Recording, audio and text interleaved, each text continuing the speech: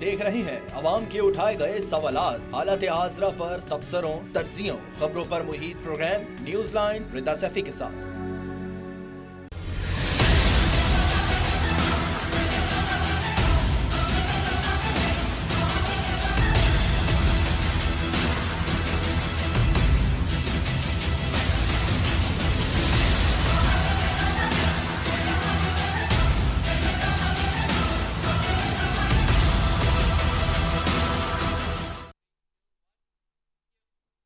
अस्सलाम वालेकुम, मैं हूँ रिदा सैफी। बर्फ पिघलने लगी मुसलसल सड़कों और कंटेनर्स पर रहने वाली जमात ने आखिर मेज पर बैठने के लिए हामी भर लिए। तहरीक इंसाफ 2 नहीं 4 नहीं बल्कि 4 कदम आगे होकर मुज़ाकरात के लिए तैयार हो गई है।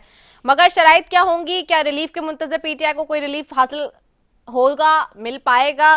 तहरीक इंसाफ अपनी क़यादत में बढ़ती हुई फूट देखकर मुज़ाकरात के लिए क्या मानी है? मुज़ाकरात के हवाले से उमर अयूब साहब ने जो बयान दिया, ये वो सुनते हैं। वो हम लोग जो भी मुज़ाकरात के लिए तैयार हैं, वो पश्तुओं के वो एक मिसाल है चे बनियादमानी या खापेरियानी मुज़ाकरात और सरको, मतलब कि वो इंसान हो या फरिश्ते हो या जो भी, हम लोग मुज़ाकरात के लिए तैयार।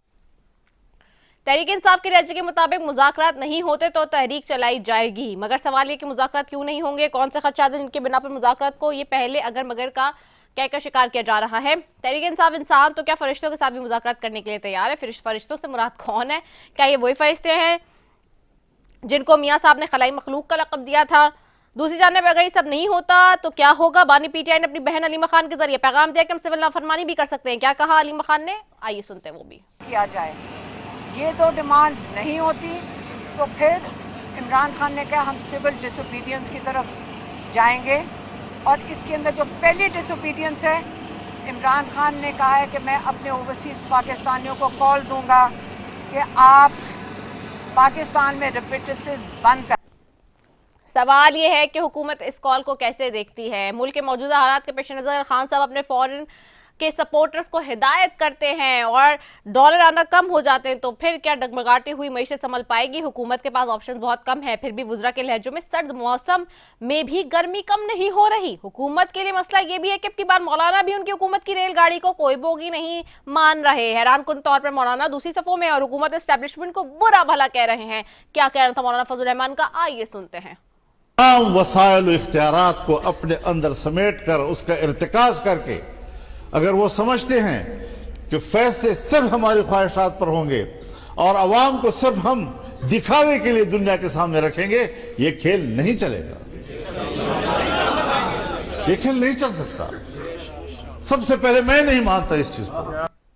अब सवाल यह है कि क्या हुकूमत तहरीक इंसाफ के लिए कोई बीच का रास्ता निकालेगी? क्या हुकूमती जमातें और पीटीआई किसी बात पर मुतफिक होंगी? मुज़ाकरात अमल में नहीं आते तो हालात किस तरफ जा सकते हैं? क्या सिविल नाफरमानी की महज से धमकी है या फिर एक बड़े मुल्क से बहरान शिकार होने वाला है? इसी सब पर बात करेंगे। मेरे साथ सबसे पहले जी मौजूद है नईमा किश्वर साहिबा, MNA JUIF से, चंगेज खान काकड़ है MNA PTI से, और शेर अफजल मरवत भी होंगे साथ। जी नईमा किश्वर साहिबा, आपकी तरफ जाऊंगी। जी नईमा साहिबा, आपको आवाज आ रही है? जी बिल्कुल।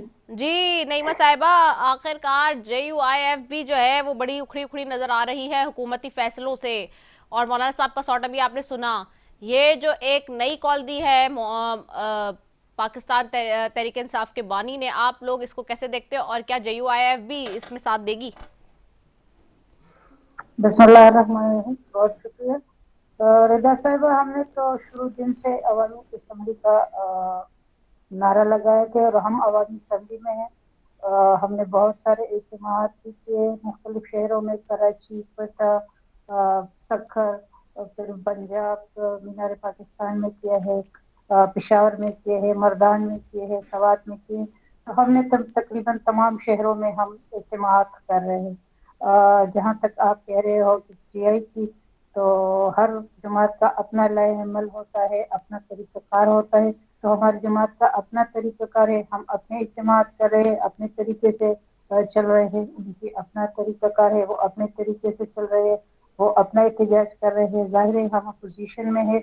जहाँ तक ऐवान के अंदर है तो ऐवान के अंदर इशू तो हम चल सकते हैं, लेकिन ऐवान के बाहर अभी तक हमारा ऐसा कोई इरादा नहीं है कि हम साथ चल मिल के एहतजाज का, वो हमारा कोई प्रोग्राम का ऐसा सच अभी तक कोई ऐसा नहीं है। लेकिन ऐवान के अंदर इशू टू इशू हमारा साथ चलने का अभी तक वो है।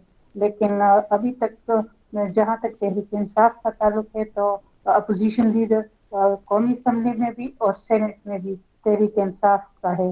लेकिन अभी तक उन्होंने अपने जो अपोजिशन की जमातें हैं अभी तक कोई एक मीटिंग भी उसने नहीं बुलाई कि आज के अपने अपोजिशन की जमातों को कम से कम साथ बिठा के साथ लेके चले ऐवान के अंदर। तो मेरे ख्याल में उनकी तरफ से ऐसी कोई कोशिश नहीं की गई कि अपने अपोजिशन की जमातों को ऐवान के अंदर इकट्ठा लेके चले, चाहे सेनेट में हो चाहे कौमी असम्बली में हो। इस वक्त तक तकरीबन साल होने को, लेकिन एक भी मीटिंग एज अपोजिशन लीडर उन्होंने नहीं बुलाई। तो ये उनकी मेरे ख्याल में कमजोरी तो है। अपोजिशन को ऐवान के अंदर कम से कम उनको तो साथ लेके चलना चाहिए।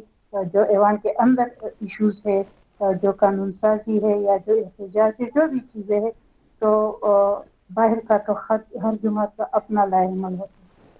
अच्छा, दूसरी तरफ मदारिस के बिल पे भी आप लोगों की जो है ना वो बन नहीं पाई हुकूमत के साथ, और उसको तो जरदारी साहब ने वापस भेज दिया, प्रेसिडेंट साहब ने। अभी क्या करेंगे? अभी देखिए, जहाँ तक 7 तारीख का बिल अल्टीमेटम दिया था आपने, वो भी गुजर गई। जी मैडम। देखिए, जहाँ तक मदारिस का बिल का ताल्लुक है, आज का बिल्कुल हमने दिया था। और मौलाना साहब ने जिस तरह खुल के कहा अभी चंद घंटे पहले अपने प्रेस कॉन्फ्रेंस में कि कल तो जो हमारा पेशावर में एहतजाज था उस पर उन्होंने अनाउंस करना था। लेकिन जो हमारे जो मदारिस के जो सरबराह है मौलाना तकी उस्मानी साहब, उन्होंने उनसे रब्ता किया कि आप अभी रुक जाए, अभी आप कोई अनाउंस ना करें, क्योंकि 16-17 तारीख को हमने तमाम जो मुकातिब तमाम बोर्ड्स का उसका इजलास बुला के हमने मुत्तफिका एक राय अहमद इख्तियार करना है। तो इस वजह से कल हम कोई हमने अनाउंसमेंट नहीं की। जहाँ तक बिल का ताल्लुक है उस पे मैं आपको सिर्फ इतना बता दूं कि ये बिल कोई प्राइवेट मेंबर बिल नहीं था या किसी हमारी सिर्फ हमारी जमात की तरफ से मुंह नहीं हुआ था। ये बिल जब पीडीएम की हुकूमत थी उस वक्त भी वजीर आजम शहबाज शरीफ साहब थे और गवर्नमेंट की तरफ से वो बिल आया था। जब असेंबली में इसकी फर्स्ट रीडिंग हुई तो पता नहीं किन कुव्वतों की तरफ से उसको रोक दिया गया। इस वक्त भी ये गवर्नमेंट का बिल था, कौमी असेंबली से भी पास हुआ, सेनेट से भी पास हुआ, दोनों ऐवानों से इस बिल को पास किया गया। और ये उसमें मुस्लिम लीग नून ने भी उसको वोट किया और पीपल्स पार्टी पार्लियामेंटेरियन ने भी उसको वोट किया। पीपल्स पार्टी पार्लियामेंटेरियन जिसका चेयरमैन आसिफ सरदारी साहब है, पीपल्स पार्टी ने नहीं जिसका चेयरमैन बिलावल भट्टो साहब है, पीपल्स पार्टी पार्लियामेंटेरियन ने उसको वोट किया जिसका चेयरमैन आसिफ जरदारी साहब है जो उस वक्त सदर पाकिस्तान है। तो फिर क्या वजह है कि गवर्नमेंट का बिल मुत्तफिका जिसको पीपल्स पार्टी पार्लियामेंटेरियन ने मुत्तफिका वोट किया, गवर्नमेंट को बिल को तमाम बिल्स को जो उसके साथ पास हुए, जो उसके बाद कुछ बिल पास हुए उस पे तो साइन किए गए, लेकिन इस बिल पे साइन नहीं किए। दूसरी बात कि दोनों ऐवानों में किसी एक मेंबर ने इस बिल पे कोई एतराज नहीं किया। तो फिर क्या वजह है कि सिर्फ सदर साहब के तरफ से इस पे एतराजात आके इसको वापस भेज दिया गया? तो ये तो किसी पार्टी का किसी प्राइवेट मेंबर का बिल नहीं था, फिर क्यों इसको वापस किया गया? तो बिल्कुल हमारे इस पे खदशात है, हमारे इस पे तहफ़्फ़ुज़ात है कि गवर्नमेंट के बिल को आखिर क्या वजूहात है कि मदारिस को एक साइड के साथ एक तरफ से कहते हैं कि इसकी रजिस्ट्रेशन नहीं हो रही, इसके अकाउंट्स नहीं खोले जा रहे। जब हम कहते हैं कि इसके लिए कानून साजी की जाए तो फिर उससे भी पहले तय की जाती है, गवर्नमेंट अपने बिल को उसको साइन नहीं करती। तो इस पे तो जाहिर है फिर मौलाना साहब भी हमारी जमात की भी बल्कि तमाम मकालिफ है अगर इस पे अपनी तहफ़्फ़ुज़ात रखती है और फिर इस पे मिल के कोई लाहेमल फिर तय किया जाएगा। अच्छा, क्या कहते हैं, एक और भी चीज़ ये भी बताइएगा कि अच्छा मैं आपके साथ बात करते हैं, मेरे साथ नजमी आलम साहब भी हैं पीपल्स पार्टी से, उनकी तरफ भी जाऊंगी। नजमी आलम साहब, आपको आवाज़ आ रही है मेरी? नजमी आलम, मुझे आवाज आ रही है आपकी। जी बहुत शुक्रिया नजमी आलम साहब आपका कि आपने ज्वाइन किया प्रोग्राम। नजमी आलम साहब, ये क्या वजह है कि मैं बाकी चीज़ों पे तो बाद में बात करूंगी, लेकिन मदारिस के बिल के भी हम डिस्कशन कर रहे हैं उसी हवाले से। और JUIF से MNA मौजूद हैं हमारे सामने साथ, नईमा किश्वर साहिबा, और वो अपने एतराज़ात का भी इजहार कर रही हैं जो मदारिस के बिल के एतबार से जो हुआ है। जब 26वीं आईनी तरमीम आप लोग ला रहे थे तो एक सेटलमेंट हुई थी और बैकडोर कुछ सेटलमेंट्स हुई थी। मौलाना साहब ने भी जब साथ दिया तो उन्होंने इन चीज़ों को बड़ा ख़ास करके हाईलाइट किया था कि ये चीज़ें होनी चाहिए अप्रूव। अब जदाई साहब ने उस बिल को जो है एतराज़ लगा के वापस भेज दिया, उसके ऊपर कंसेंसस डेवलप नहीं हो रहा है। मौलाना एक तरफ ऑपोजिशन की जमात है PTI, वो कॉल ऑन कर रही है धरनों की, एहतजाज की। दूसरी तरफ मौलाना साहब भी इज़ नॉट कमिंग स्लो, वो भी जो है अब यही कह रहे हैं कि अब धरने होंगे और एहतजाज होंगे क्योंकि आप लोग अपनी बात से मुकर रहे हैं। मौलाना साहब ये भी कह रहे हैं कि अब हम जो है वो किसी सूरत में हुकूमत के साथ नहीं खड़े होंगे अगर हमारी जो मुतालबात हैं और जो हमारे कंसेंसस डेवलप हुए थे जिन जिन चीज़ों पे वो पूरे नहीं होते। तो इस चीज़ों को कब तक पूरा किया जाएगा? अभी तो एतराज़ लगा के वापस भेज दिया गया है, फिर क्या होगा? लेकिन पहले तो ये देखें कि मौलाना साहब का मदरसों के मामले में मुतालबा क्या है।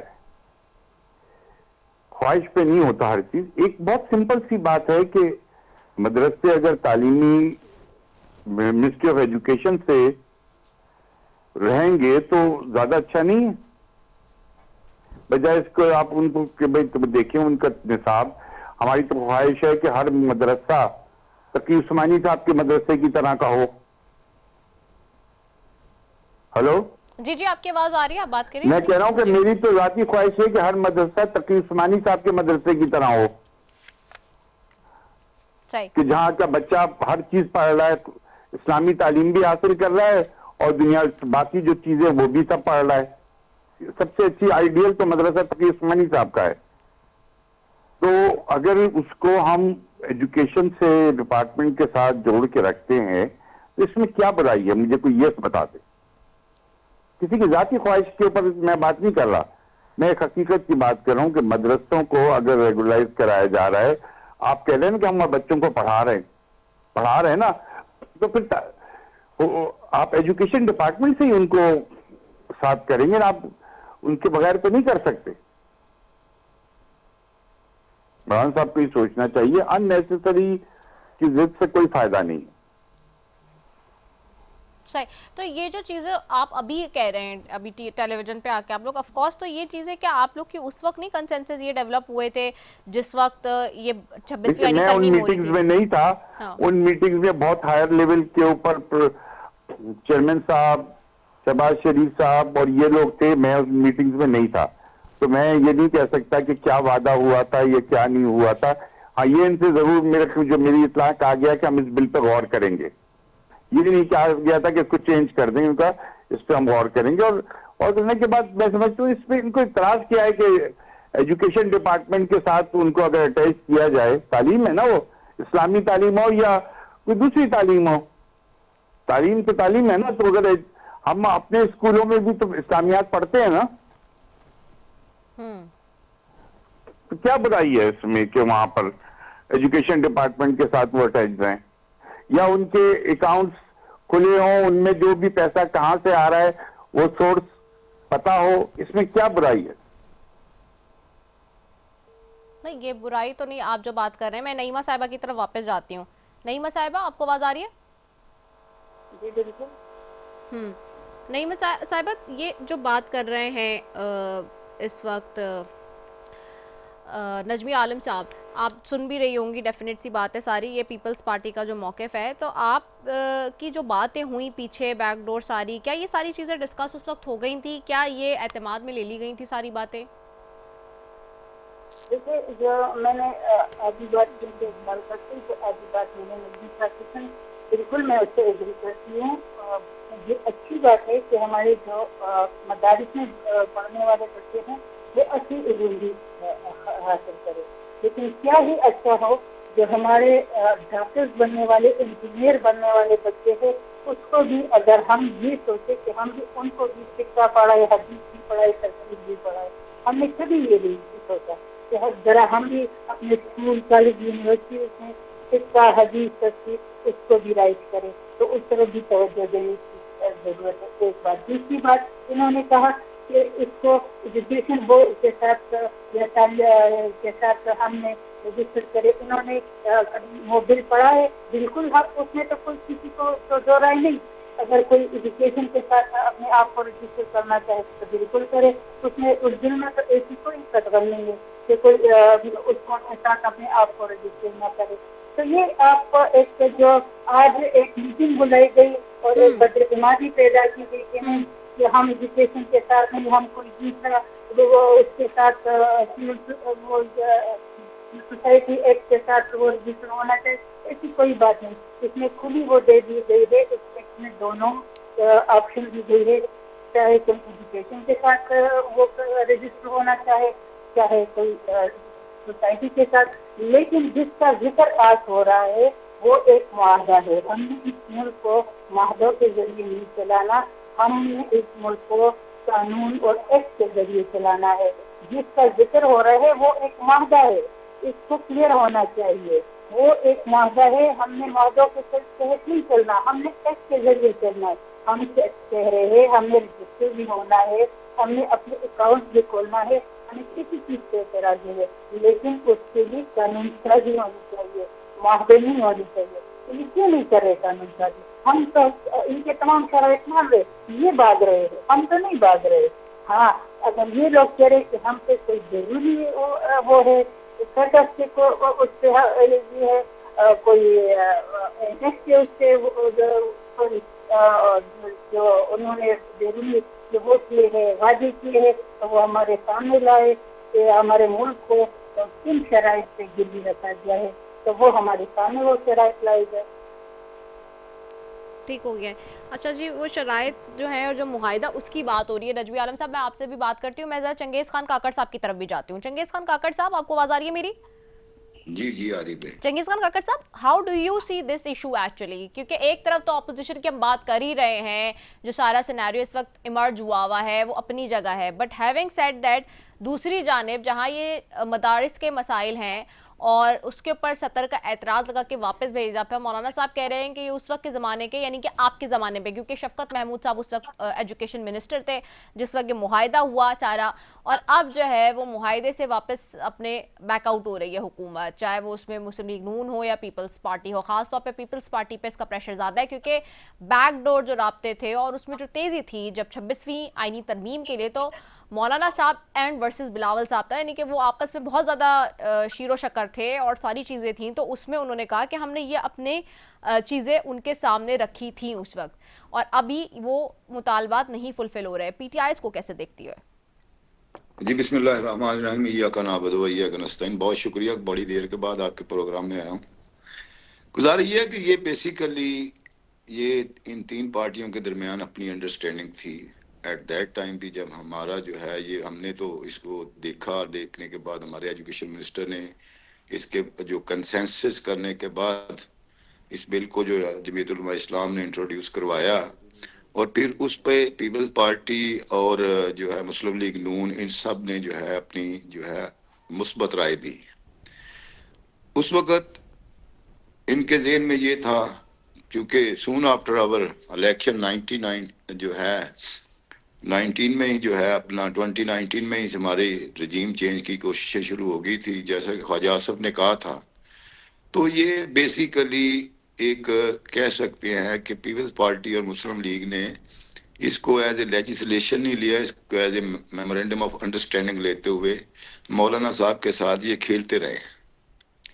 और ये बुनियादी तौर पर मौलाना साहब के हाथ में भी गेम उस वक्त आई जब 26वीं तरमीम जब आई, तो 26वीं तरमीम में जब इनको मौलाना साहब के वोटों की जरूरत पड़ी, और फिर उसके बाद इन्होंने हमारे जो बंदे थे उनको प्रेशराइज करके ब्लैकमेल करके जिस तरह भी उन्होंने अपने साथ मिलाया, वहां पे फिर इन्होंने इसी चीज का वादा वईद किया कि ये बिल जो है वो साइन हो जाएगा। लेकिन ये बेहतर, ये मेरी बहन और मेरे भाई जो आपके साथ हैं जी ये बता सकते हैं, क्योंकि अंडरस्टैंडिंग इनकी थी, मामला इनके चल रहे थे सेनेट में, और जो है कौमी असम्बली में वोट जो थे JUI के इन दोनों पार्टियों ने लेने थे 26वीं तरमीम के। और मौलाना साहब को हम बड़े मजे हुए खिलाड़ी समझते हैं, हमारे बुजुर्ग हैं, हम बहुत कुछ सीखते हैं। हम तो अभी पॉलिटिक्स के स्टूडेंट भी अभी नहीं कह सकते, इब्तदाई क्लास के कह सकते हैं। तो मेरा ख्याल है कि मौलाना साहब से ये दोनों मिलके 26वीं तरमीम के वक्त हाथ कर गए। अच्छा। इस बिल का वादा करके कि सदर साहब पास कर देंगे। अब ये इन पे डिपेंड करता है। आज मैं देख रहा था न्यूज, तो उसमें ये मुझे नहीं लगता कि ये बिल जो है इस पे प्रेसिडेंट साइन करेगा, रादर उन्होंने वापस भेज दिया। मेरा ख्याल जैसे मैंने सुना है कि आज कुछ उलमा को JUI के सामने खड़ा कर दिया गया। तो अब ये इनको ज्यादा पता है कि इनके क्या मामला सेटल हुए थे at the time of 26th amendment और कौन किसको बिट्रे कर रहा है। तो अब मैं तो इस पे ज्यादा कमेंट इसलिए नहीं करूंगा कि I am not part of that very deal, neither my party a part of that very deal. तो ये एक डील का शाखसाना बना था। अब कौन वो जो है उसको ऑनर करता है, कौन नहीं करता, ये इनके दरमियान है। लेकिन जहां तक मुझे नजर आ रहा है अपेरेंटली, आज जैसे मैंने उलमा की एक प्रेस कॉन्फ्रेंस जो है वो देखी है कि हुकूमत जो है वो मौलाना साहब की ये बात नहीं मानेंगी कि रजिस्ट्रेशन वो जो है मदारस है उस बिल पे प्रेसिडेंट साइन कर दे। ठीक हो गया है, हाथ हो गया है और नहीं करेगी हुकूमत एक्सेप्ट इसको। यहाँ एक ब्रेक ले रहे हैं, इसी के साथ एक क्विक ब्रेक है, उसके बाद वापस आ रहे हैं। Stay tune.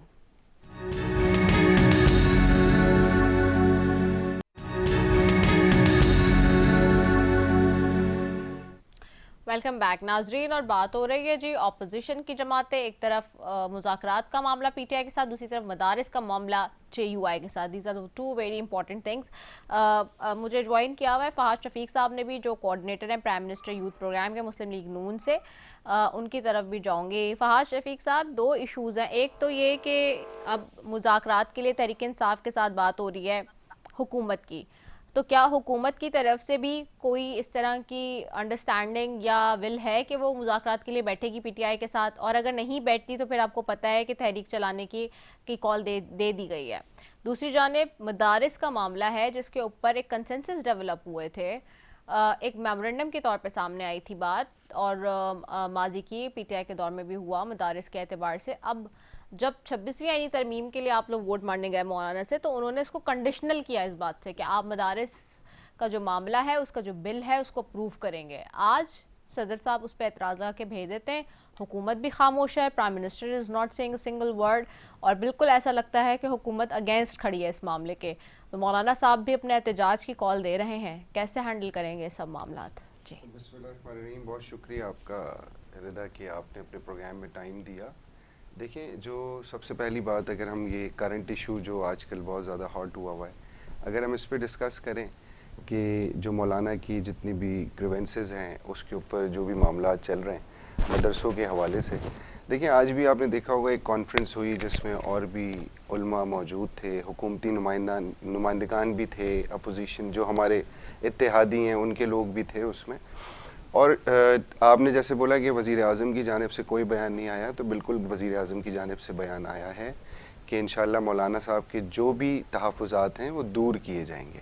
तो डेफ़िनेटली आज की कॉन्फ्रेंस के बाद क्या डिस्कशन हुआ है ये तो वो बेहतर जानते हैं। इस तक मुझ तक इस तरीके की कोई अपडेट नहीं है, लेकिन वज़ीर आज़म इस वक्त सबको अपने साथ लेके चलना चाहते हैं और वो इंशाअल्लाह ताला बहामी रज़ामंदी से जो भी मौलाना साहब के इश्यूज़ हैं, जैसे बिलावल भुट्टो भी उनके पास गए, वज़ीर आज़म ने भी उनसे बात की, और जो भी सिचुएशंस है उसको अंडर कंट्रोल करते हुए और मौलाना साहब के जो भी इश्यूज़ हैं उसको इंशाअल्लाह ताला हुकूमत बैठ के बहुत जल्द हल कर देगी। दूसरी चीज़ जो आपने एक बात कही कि PTI जो कि दोबारा आ रही है एहतजाज करने, तो वो 10 दफ़ा आ जाएं, हमें कोई उस पर एतराज़ नहीं है। राना सनाउल्लाह साहब ने पहले भी बोला था कि सियासी जमातों में आपस में जो उनकी अंडरस्टैंडिंग्स होती हैं उसके लिए हमें कोई इशू नहीं है, लेकिन आपके सामने हैं वो किस तरीके की बातें करते हैं कि जिसके पास पावर है उससे हम मुज़ाकरात करेंगे, और जो उनके मुज़ाकरात हैं वो आपके सामने हैं कि इमरान खान को बाहर लाएं। देखें, हम तो नहीं ला सकते ना, हुकूमत, जजेस, कोर्ट्स में ये उनके फ़ैसले चल रहे हैं, जो भी उनके ऊपर FIRs हैं उसकी हेयरिंग्स चल रही हैं आपके सामने बैक टू बैक, उस जेल के अंदर भी हेयरिंग्स होती हैं। तो जो फैसला कोर्ट्स करेंगी उसको हम कबूल करेंगे, हमने जैसे पहले भी किया है। अगर वो ये कहते हैं कि इमरान खान को बाहर ले आएँ तो ये हमारे हाथ में बिल्कुल भी नहीं है। और बैठ के जो मुज़ाकरात होते हैं, देखिए पाकिस्तान इस वक्त बड़ी डिफरेंट सिचुएशन से चल रहा है। अल्हम्दुलिल्लाह वज़ीर आज़म बैक टू बैक डिफरेंट ममालिक के दौरे भी करते हैं और वहाँ के वफ्द भी आपने देखा होगा कि वहाँ पाकिस्तान आते हैं और हम डिफरेंट प्रोजेक्ट्स के ऊपर जॉइंट वेंचर्स कर रहे हैं डिफरेंट कंट्रीज़ के साथ। तो डेफिनेटली इसके अंदर सबको मिल के अपना पार्ट प्ले करना पड़ेगा ताकि मुल्क हमारा मुस्तहकम हो। और जिस स्ट्रैटेजी के ऊपर आजकल वज़ीर आज़म काम कर रहे हैं, माजी में अगर आपने देखा हो कि IMF के नुमाइंदे का ये बयान था कि जिस स्ट्रैटेजी पे आजकल हुकूमत पाकिस्तान काम कर रही है तो हो सकता है कि अगली दफ़ा इनको IMF के पास ना आना पड़े। तो अल्हम्दुलिल्लाह ये बयान भी हमारे लिए बहुत खुश आइन है कि इन फ्यूचर हम चीज़ों को बेहतरी की तरफ लेके जा रहे हैं। दूसरी चीज़ कि जैसे PTI अभी पिछले दिनों निकली थी, जिस वक्त आपने देखा कि एक मुल्क का पूरा वफ्द पाकिस्तान में था और हाई अलर्ट था और कितने उनके साथ कॉन्ट्रैक्ट्स हुए, तो ये उसी वक्त क्यों धरने देते हैं या उसी वक्त क्यों एहतजाज करते हैं जिस वक्त पाकिस्तान के लिए पाकिस्तान में कोई आया हुआ हो और उनको क्या इमेज देना चाहते हैं। देखें बहुत सारी चीज़ें हैं, ये स्ट्रेट अवे मुल्क दुश्मन लोग हैं, आपके सामने वीडियोस मौजूद हैं, आपके सामने हर चीज़ मौजूद है। इनका पहला मुतालबा होता है इमरान खान को रिहा करो। वो वहाँ से बैठ के अली अमीन गंडापुर जो चीफ मिनिस्टर बने उनसे ये तो पूछें कि आपने डिलीवरेंस क्या की है KPK की आवाम को। आप जिस दिन से CM बने आप सिर्फ डंडा लाठी गालियाँ बुरा भला, इसके अलावा आपने किया क्या है। और आप आते हैं कि मैं कसम खाता हूँ, मैं हल्फ उठाता हूँ कि मैं इमरान खान को लेके जाऊँगा, ऐसे वापस नहीं आऊँगा, और आप दुम दबा के वापस चले जाते हैं। तो इसके पीछे या तो फिर आप भी किसी एजेंडे पे काम कर रहे हैं और ये PTI जो है किसी हमारे दुश्मन ममालिक के एजेंडे के ऊपर काम कर रही है। इस चीज़ को मानना पड़ेगा। और पूरे सिंध, पूरे पंजाब, पूरे बलूचिस्तान से कोई नहीं निकला, इस्लामाबाद से कोई नहीं निकला। ये वहाँ से जहाँ पे इनकी सूबाई हुकूमत है, वहाँ से सरकारी मुलाजमीन को धमका के पैसे दे के जैसे भी करके उनको टॉर्चर करके लेके आते हैं और यहाँ पे आके फेडरल के ऊपर धावा बोलते हैं। अगर तो ये धावे बोलने की सिचुएशन कायम रही तो स्टेट अपनी रेड कायम करेगी, और वो आपने देखी भी अभी माजी में कुछ दिनों पहले कि स्टेट ने जब अपनी रेड कायम की तो ये दुम दबा के भाग गए। अगर बैठ के इंसानों की तरह शराफत से आप अपने मुतालबात लेके बैठें, जो हुकूमत की बस में होगा वो आपके मुतालबात मानेगी। हम हमेशा ये मुस्लिम लीग नून का मतलब हमेशा से यही जेस्टर है कि अपोजिशन को भी साथ लेके चलना है। जो उनके जायज़ मुतालबात हैं उसको इंशाअल्लाह ताला हम पूरा फुलफिल करेंगे। ठीक है, मैं नजवी आलम साहब आपकी तरफ आऊंगी। नजवी साहब आपको आवाज़ आ रही है? बिल्कुल आ रही है जी नजवी साहब, सवाल आपसे भी यही है अब अगेन कि तहरीक इंसाफ के लहजे में मुज़ाकरात की बात, और अभी जैसे उमर अयूब साहब ने आज कहा है कि इंसान हो या फरिश्ते PTI मुज़ाकरात के लिए तैयार है, मुज़ाकराती कमेटी भी बना दी है, और अगर मुज़ाकरात नहीं होते तो फिर उस कॉल की तरफ जाएंगे जो खान साहब ने दी है, सिविल नाफरमानी की तहरीक शुरू करेंगे। और उसमें सबसे पहले अलीमा खान साहिबा का शॉर्ट भी आपने थोड़ी देर पहले सुना, उन्होंने कहा कि सबसे पहले ओवरसीज़ पाकिस्तानियों को जो है वो इस एहतजाज की कॉल दी जाएगी कि वो बाहर से रेमिटेंसेस ना भेजें। इस तरह के डिफरेंट फेसेस होंगे। आप क्या समझते हैं अब जो ये मुज़ाकरात के लिए बात हो रही है और डायलॉग के लिए ओपन करने के लिए बात हो रही है, ये कितना ज़रूरी है, और क्या अब दोनों फरीक़ैन को इसमें लचक दिखाने की ज़रूरत है? पीपल्स पार्टी क्या समझती है? लेकिन जिस तरह से उन्होंने मुज़ाकरात की बात करने के साथ साथ धमकियां दी हैं, मैं तो समझता हूं कि ऐसे लोगों से बात करनी नहीं चाहिए। वो एक तरफ कह रहे हैं मुज़ाकरात के लिए कमेटी बनाई, फिर मुल्क दुश्मनी की बात कर रहे हैं कि बाहर से रेमिटेंसेस ना भेजें मुल्क को, यानी कि उनके लिए मुल्क तबाह हो जाए लेकिन उनकी ख्वाहिश पूरी हो। यही मतलब है ना इसका। अगर रेमिटेंसेस नहीं आएंगी पाकिस्तान को बहुत बड़ा फाइनेंशियल नुकसान होगा। ये कौन सा मुहब्बे वतन पाकिस्तानी कह सकता है? कौन के ज़ियाउल का दौर था, कोई बात हुई एक जगह पे कि पाकिस्तान को ये चीज ना दी जाए, मोहतरमा ने उसको उस जमाने में कहा कि ये पाकिस्तान को इसकी जरूरत है दो। कैसे? हालांकि ज़ियाउल जिससे हम नफरत करते हैं, ये होती है मुहब्बल वतनी। ये कौन सा तरीका है कि अगर ये नहीं करेंगे बातचीत की कमेटी बना दी और साथ धमकियां दे रही, धमकियां जो करना करे फिर PTI को। तो ऐसे लोगों से बात ही नहीं करनी चाहिए जो धमकी दे के बात करने की कोशिश करें। ठीक हो गया है। नईमा किश्वर साहिबा आपकी तरफ आऊंगी। नईमा किश्वर साहिबा, आप इसको कैसे देखती हैं और आप क्या समझती हैं कि दोनों फरीक़ैन की जानिब से क्या होना चाहिए? अच्छा, नईमा साहिबा का ग़ालिबन हमसे रब्ता मुनक़ता हो गया। हम चंगेज़ साहब की तरफ जाते हैं। आजकल पूरे पाकिस्तान में जी ये मसला है सिग्नल्स का इशू, तो मैं उनका भी मौक़िफ़ लूँगी, लेकिन पहले मैं जाती हूँ चंगेज़ खान काकड़ साहब की तरफ। चंगेज़ खान काकड़ साहब, आपने दोनों फ़रीक़ैन का सुन लिए जवाबात, मुस्लिम लीग नून का भी और पीपल्स पार्टी का भी। क्या कहेंगे अब आप लोग की कॉल के ऊपर? जी, इसके मतलब सबसे पहले तो मैं बात कहूँगा कि ये बड़ी देर से ये राग अलाप रहे थे जी, हम मजाक नहीं कर रहे, मजाकरात नहीं कर रहे, हमारे साथ मजाकरात नहीं कर रहे, क्योंकि हम जानते थे। पहली बात तो ये जो गवर्नमेंट है एक इलिजिटिमेट गवर्नमेंट है, फॉर्म 47 की ये पैदावार है, इनके बस में नहीं था कुछ। और दूसरी बात ये कि ये मजाकरात हमारे साथ क्या करेंगे। हमारा तो मजाकरात में सबसे पहले एक पॉइंट जो था कि हमारी जो मैंडेट चोरी की गई है वो वापस आए। ये इन्होंने मतलब है उस पे जो है क्या मजाकरात करने कि क्या चोर कहेगा कि ठीक है, जब मैंने ये चोरी का माल हजम कर लिया तो अब मैं कैसे इसको वापस करूं।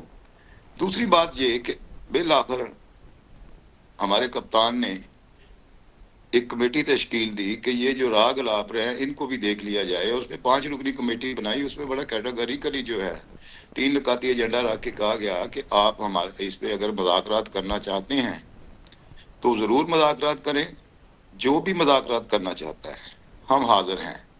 गवर्नमेंट करना चाहती है गवर्नमेंट मजाकरात कर ले, जिन्होंने गवर्नमेंट बना के दी हुई है वो करना चाहते हैं वो कर लें। ये हमारे 3 पॉइंट है, और उस 3 पॉइंटों पे जो है ये मजाकरात अगर करना चाहें तो ये कमेटी के साथ मजाकरात कर लें। दूसरी बात इन्होंने ये कही कि जनाब ये देखो रेट ऑफ स्टेट हमने कायम करके दिखाई, तो ये कर सकते हैं। एक जो नून लीग की जो है इनका वतीरा है, आज से नहीं है, ये सब्जाजार लाहौर से शुरू होता है, जब ये रेट ऑफ स्टेट कायम करने के लिए जाली पुलिस इनकाउंटर करते थे। फिर उसके बाद रेट ऑफ स्टेट कायम करने के लिए इन्होंने हामला औरतों के मुंह में गोलियां मारी जब मॉडल टाउन सान्या हुआ, और उससे पहले इन्होंने रेट ऑफ स्टेट कायम करने के लिए सुप्रीम कोर्ट में जाकर असला बरदार डंडा बरदार फोर्स लेकर उस वक्त के चीफ जस्टिस सजाद अली शाह साहब जो है उन सुप्रीम कोर्ट पे जाकर हमला कर दिया। और फिर उसके बाद ये रेट ऑफ स्टेट कायम करने के लिए नहत्ते पुरअमन शहरियों पर जो 26 नवंबर को जो क़यामत ढाई गई है, और जिस तरह वहाँ पे स्नाइपर बैठाकर ऊपर छतों पे और स्ट्रेट फायरिंग की गई, और जिस तरह वहाँ पे लोगों को का जो है कत्लेआम किया गया, लोगों को जो जख्मी किया गया, तो इस तरीके से ये रेट ऑफ स्टेट अपनी कायम कर सकते हैं। डेमोक्रेसी में कहीं भी ये बात नहीं है कि आप जो है ये गोली से लाठी से अपनी सरकार चलाएंगे। ये एक आमराना सोच होती है, और एक आमर ये कर सकता है अपने इक़्तिदार को तूल देने के लिए। जमहूरियत में हमेशा बातचीत से मामलात जो हैं वो तय होते हैं, लेकिन इनका जो प्रॉब्लम ये है कि इनके मुंह को खून लग चुका है। जब तक ये किसी का खून ना पिए उस वक्त तक इनकी तस्कीन नहीं होती। अब आपको पता है 3 सूबों में लाशें गई हैं, पंजाब में, KPK में, बलूचिस्तान में। KPK और बलूचिस्तान पहले ही जो है वो जिस जबर और जुल्म और फस्तायत का शिकार है, और जिस तरह वो दहशत गर्दी वहाँ पे जो है वो अपना वहाँ पे है और वो उसका सामना कर रहे हैं, और उस पे मजीद बरा कि फेडरल गवर्नमेंट जो है वो नहत्ते शहरियों पे गोलियां चलाकर वहाँ पे लाशें भेजे और फिर ये कहे कि ये दुम दबाकर भाग गए हैं, तो मैं नहीं समझता कि ये इनका को जो आर्गूमेंट है को वजनी है। इन्होंने सारे बुनियादी हकूक सलब कर रखे हैं, किसी को बोलने की जो है इजाज़त नहीं है, कोई जो है मतलब क्या कहते हैं कोई अपनी आवाज़ बुलंद नहीं कर सकता। मेरे भाई ने कहा कि पंजाब से कोई नहीं निकला, तो आप ज़रा अपना सर्वे करवाएं और पता करवाएं कि पंजाब का छोटे से छोटा कस्बा भी जो है वो भी नहीं बचा जहाँ पे इन्होंने दर्जनों झूठे मुकदमात कायम करके वहाँ पर पाकिस्तान तहरीक इंसाफ के वर्कर्स को पाबंदे सलासल नहीं किया हुआ। पंजाब को ऐसे सील किया गया था जैसे कोई एक दीवार चीन खड़ी कर दी गई थी, चारों तरफ से रुकावटें खड़ी करके। तो मेरे भाई एक दफा आप जो कहते हैं कि कोई नहीं निकलता, तो आप जलसा करने लोगों को आज़ाद ना आने दे। अगर लाहौर का था तो वो गजुमता में जाकर जब किया तो वहाँ पर जैसे लोग पहुंचे और वहाँ पर लोगों ने अपनी एग्जिस्टेंस जाहिर की, मैं समझता हूं कि पाकिस्तान तहरीक इंसाफ वह जमात है कि जिसका लीडर पिछले 1.5 साल से जायद अरसा से जेल में है, लेकिन आज तक वो उसकी जमात जो है वो इंटैक्ट है, उसका जो है वोटर इंटैक्ट है, और जब भी इमरान खान कॉल देता है सब निकलते हैं। ये अलग बात है कि ये वहां पर जब भी हमको कॉल देते हैं, ये ट्रांसपोर्टर्स जो हैं उनके अड्डे सील कर देते हैं। इस दफा तो यहाँ तक कर दिया कि रेंट ए कार, उनके जो दफातर थे वो भी सील कर दिए गए। तो ये इन हालात में फिर आकर टीवी पे झूठ बोलना कि कोई बंदा नहीं निकला, तो अगर ये इसके अपोजिट ये अपनी कॉल दे के देख ले कि इनके साथ कितने बंदे हैं, तो पाकिस्तान तहरीक इंसाफ के जो सारे जो हैं लोग, वो एक आइन की बहाली के लिए, 26वीं तरमीम की वापसी के लिए, अपने चोरीशुदा मैंडेट की वापसी के लिए, और बेगुनाह असीर जो हैं उनकी रिहाई के लिए एक जद्दोजहद कर रहे हैं। सही हो गया। और ये हमने एक दफा नहीं बार दफा कहा कि 9 मई पे आप जुडिशियल कमीशन बनाएं, जुडिशियल कमीशन 9 मई पे जुडिशियल कमीशन बनाए। ठीक हो गया। नईमा कश्मीर साहब, आवाज आ रही है आपको अब? जी नईमा साहब, आपसे भी सवाल इसी मामले पे है। पीपल्स पार्टी PMLN का मैंने मौक़िफ़ ले लिया था। ये जो कॉल तहरीक इंसाफ दे रही है, आप इसको कैसे समझते हैं कि दोनों फरीक़ैन को अब किस तरह से इसके ऊपर रद्द-ए-अमल देना चाहिए, और क्या जिम्मेदारी आयद होती है जब मुज़ाकरात की कॉल दी जा रही है? तो जी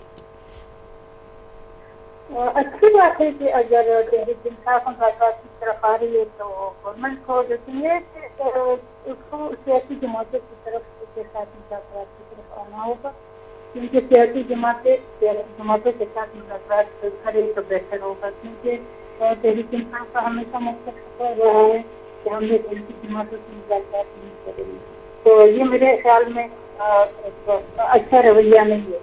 सियासी जमातों को सियासी जमातों से ही मुज़ाकरात करने पड़ते हैं। अगर एक तरफ हम कहते हैं कि एस्टेब्लिशमेंट को जमहूरियत में या उसमें हुकूमत में को नहीं करना चाहिए, गैर जमहूरी रहना चाहिए, दूसरी तरफ हम कहते हैं कि हम उन्हीं से मुज़ाकरात करेंगे, तो ये हमारी अपनी उसकी नफीर होती है। तो मेरे ख्याल में जब हम कहते हैं कि उनको हुकूमत में या जमहूरियत में काम नहीं है, उसको गैर जमहूरी रहना चाहिए, तो फिर हमें उनको उससे दावत भी हमें खुद नहीं देना चाहिए। तो अगर वो मुज़ाकरात की तरफ आना चाहती तो अच्छी बात है।